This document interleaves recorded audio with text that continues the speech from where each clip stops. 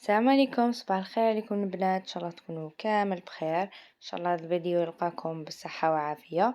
اليوم جبت لكم غوصات بزاف شابه اللي هي تشيز كيك. كما على بالنا تشيز كيك نوعين، كاين اللي يطيب وكاين اللي ما يطيبش، وفي الفيديو تاع اليوم راح نوريكم النوع اللي يطيب.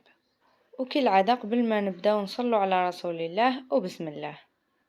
في القاعدة درت 200 غرام تاع البسكوي اللي يكون ماشي حلو، وزدتلو 120 غرام تاع زبدة ذايبة. نخلطهم مليح حتى يترمل هذاك الكاطو، ومن بعد نديرهم في مول اللي القطر تاعو 28 سنتيمتر.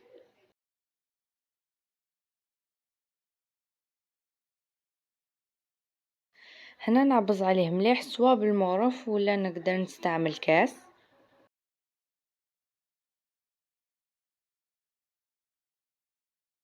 ومن بعد نحطه في الفرن مدة 10 دقائق على 140 درجة.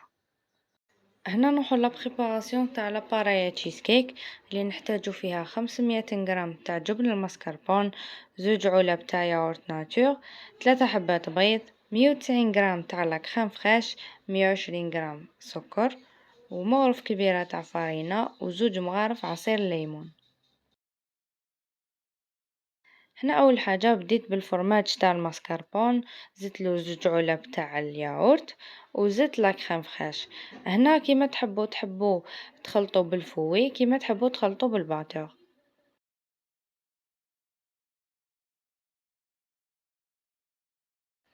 هنا نزيد 120 غرام تاع السكر، بعدها نزيد البيض، ومن بعد المغرف تاع الفارينة، بعدها باش نزيد العصير تاع الليمون. يعني كل ما نزيد انغريديون راني رايحه نخلط باش نزيد الليمون.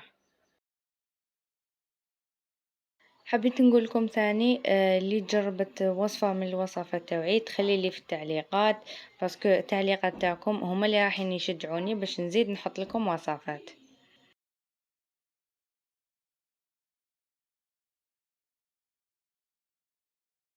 هنا وجدت لي لاباراي تشيز كيك تاعي ونحطها في المول اللي كنت خرجته من الفرن.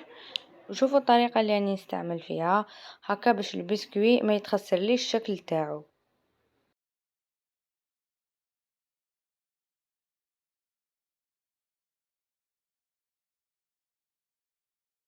هكا ونكون بريشوفيت الفرن على 170 درجه وندخلها لمده ساعه.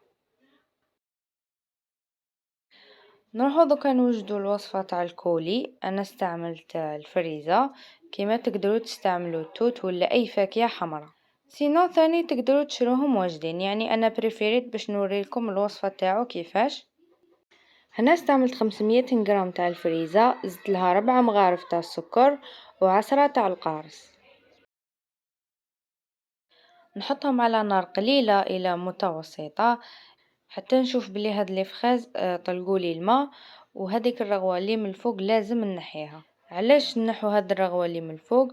باش مده الاحتفاظ تكون طويله، بمعنى الكولي هذا راح يشد لنا وما يخسرناش ثمثم.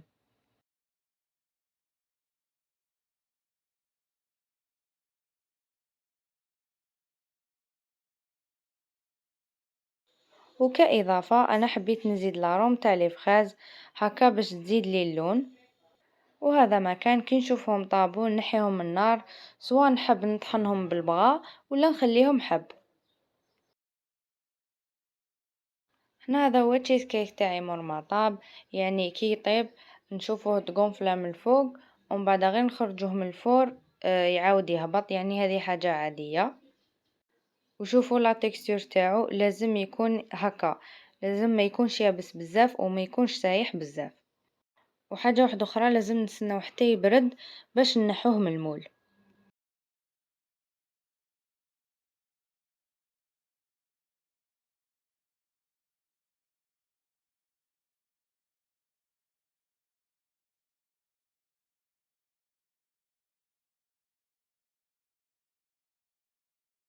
وهذه هي النتيجة اللي تحصلنا عليها لنهار اليوم.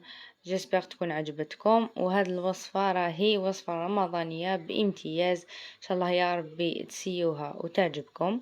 شوفوا لي القوام تاعها كيفاش جا، والقومة عندي ما نقول، يعني بزاف بزاف بنينة ما راح تندموا عليها. نشوفكم بحول الله في فيديو جديد ووصفة جديدة.